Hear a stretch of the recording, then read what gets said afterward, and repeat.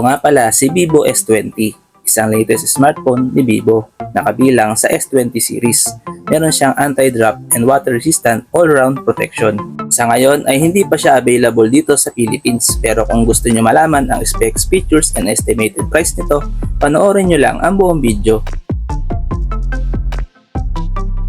Meron siyang 6.67-inch 1.5K AMOLED display with 1260 by 2800 pixel resolution.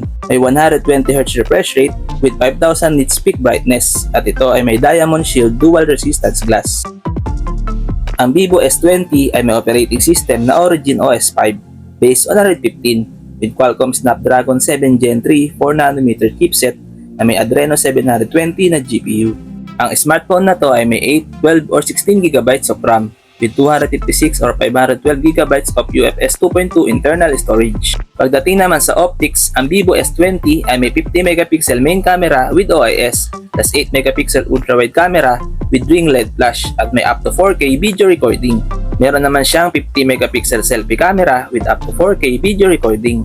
Sa kanya naman battery, meron siyang 6500mAh battery capacity with 90W fast charging.